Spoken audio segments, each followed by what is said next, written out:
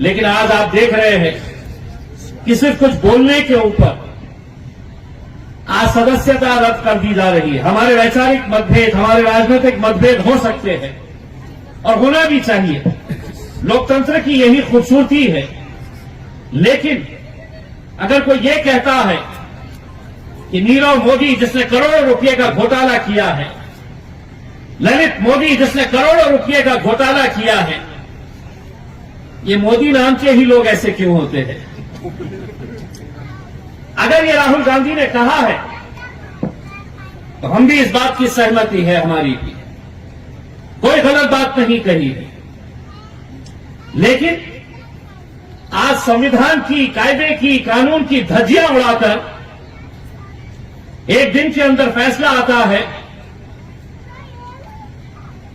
और उस फैसले को अमल में लाते हुए फौरन लाखों लोगों ने जिसे सदस्य बनाकर लोकसभा के अंदर भेजा है उसकी सदस्यता रद्द कर दी जाती है। 6 साल के लिए वो चुनाव लड़ नहीं सकता है। तो कहीं ना कहीं हम सबको इसके ऊपर सोचने की जरूरत है। क्या इस तरह की भाषा क्या सिर्फ एक राजनीतिक पक्ष के नेता ने कहा है? क्या ये सही बात नहीं है कि उसी लोकसभा के अंदर रहने वाली साध्वी प्रज्ञा सिंह ने भरी सभा के अंदर ये कहा है, उन्होंने लोगों से, अपने मानने वालों से ये कहा है कि घर के अंदर हथियार रखो, छुरे चाकू रखो, क्योंकि तुम्हें इस्तेमाल करने का ये मौका आने वाला है।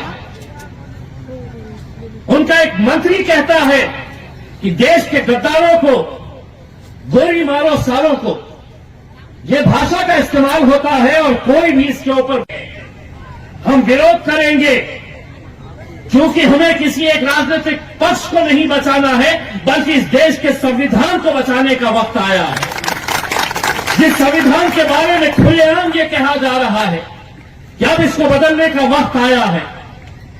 2024 के अंदर मुझे मालूम है अगर गलती से यही सरकार हुकूमत के अंदर आ जाएगी तो सबसे पहले मैं अक्सर लोगों से ये कहता हूं कि अगर ये सोच रहे हैं, और मैं खास तौर से मेरे दलित भाइयों, अंबेडकरी समाज को, बुद्धिस्ट समाज को ये पैगाम देना चाहता हूं, अगर तुम ये समझ रहे हैं कि निशाने के ऊपर तो इनके सिर्फ मुसलमान हैं, तो हम सबसे बड़ी गलती कर रहे हैं। हमें तो निशाने के ऊपर रखा गया है, लेकिन आज मेरा नंबर आया है तो कल आपका नंबर आने वाला है। और कहीं ना कहीं इस बात के ऊपर हमें बहुत गंभीरता से सोचने की जरूरत है। इसीलिए मैंने आज ये कहा है कि कल जब उसका कत्ल हुआ था तो मैं खामोश था, आज मेरा कत्ल हो रहा है तो तुम खामोश है।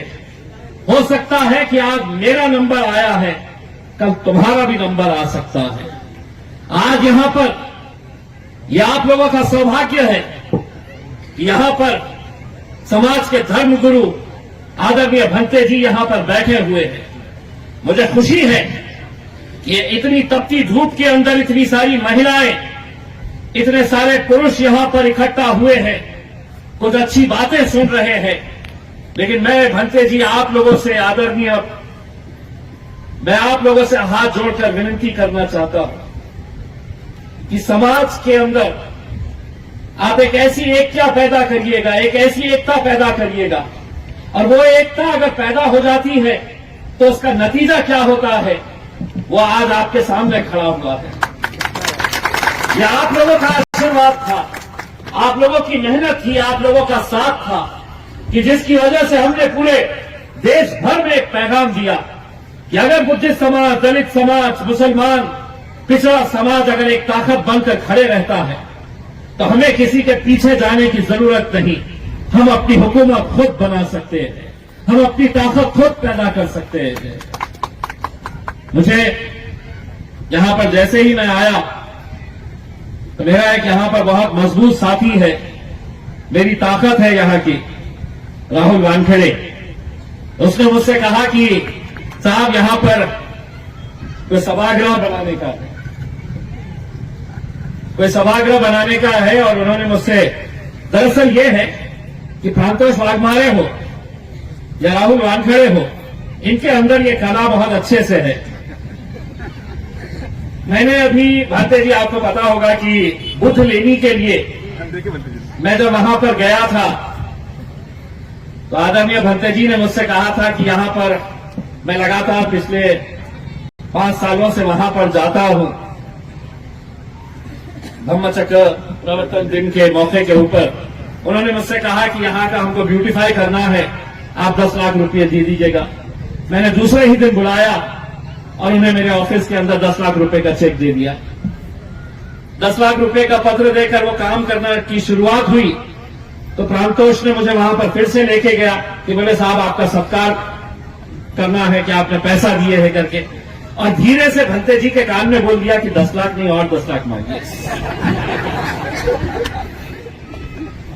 मैंने उसी वक्त उसी जगह के ऊपर इसलिए किया कि मैं 5 साल से वहां पर जा रहा हूं और पूरे महाराष्ट्र से बुद्ध समाज के लोग वहां पर लाखों की संख्या के अंदर आते हैं। मुझे इस बात का गर्व रहेगा कि अगले साल का होने वाला धम्मचक्र प्रवर्तन दिन के ऊपर आप जब जाएंगे तो उस इलाके को पहचानेंगे नहीं, क्योंकि 10 लाख के साथ मैंने और 10 लाख दे दिया और 20 लाख का वहां पर काम किया जा रहा है। तो राहुल ने भी जब बोला कि आपको आना है तो मुझे मालूम था कि राहुल कुछ ना कुछ तो मांगने वाला है। मैं राहुल को भी ये कहना चाहता हूं कि कल आना ऑफिस के ऊपर और कल आपने जो मांगनी मुझसे की है उसका पत्र लेकर चले जाना, और इसकी जिम्मेदारी राहुल तुम्हारी रहेगी कि यहाँ पर एक अच्छा जो भी आप बनाना चाह रहे हैं उसका सही तरीके से इस्तेमाल होना चाहिए। मेरी ख्वाहिश